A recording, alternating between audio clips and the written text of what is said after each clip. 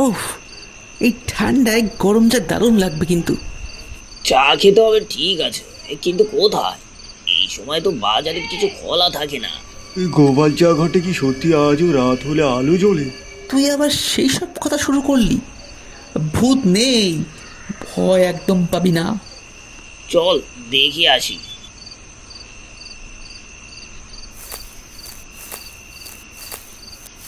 ঠান্ডাটা কেমন যেন ভয় ধরাচ্ছে। এ চুপ কর তো, একদম ভয় দেখাবি না।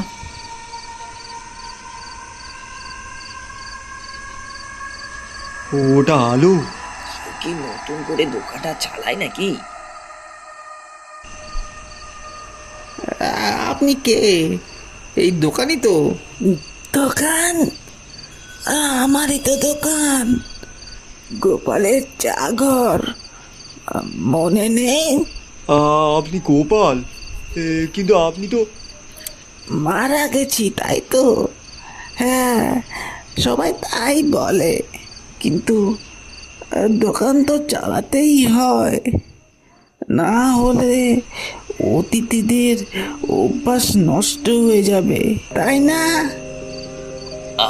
আমরা চা খাবো না, আমরা ভুল করে এসেছি। চা না খেয়ে চলে যাবেন কি করে দাদা বাবুরা? নিয়ম আছে, এখানে যারা আসে তাদের চা খেতে হয়।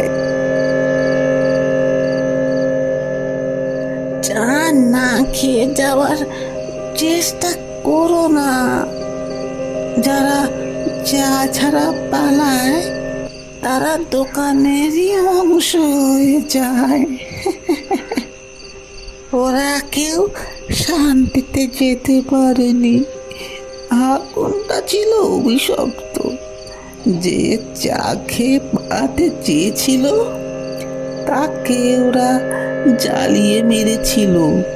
তারপর সেই আগুন ফিরে এসে দোকানটাকেই পুড়িয়ে দেয়।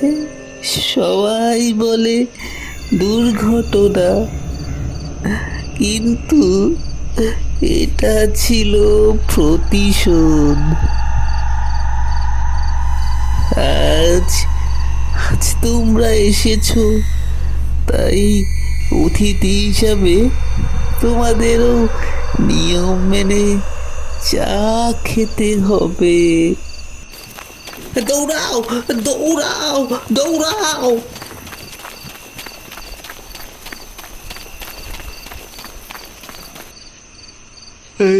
এটা সম্ভব না। আমরা একই জায়গায় ফিরে আসছি। পালানো যায় না, চা না খেলে কেউ ফিরতে পারে না। আমাদের আমাদের ভুল হয়ে গেছে, আমাদের বাঁচাও।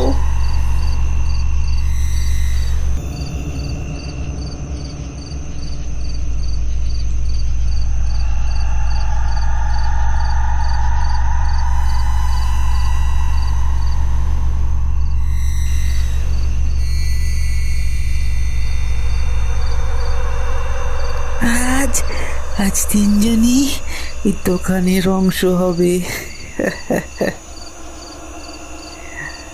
রাত অনেক বড়, অতিথি তো আসবেই, চা বানানোই তো কাজ।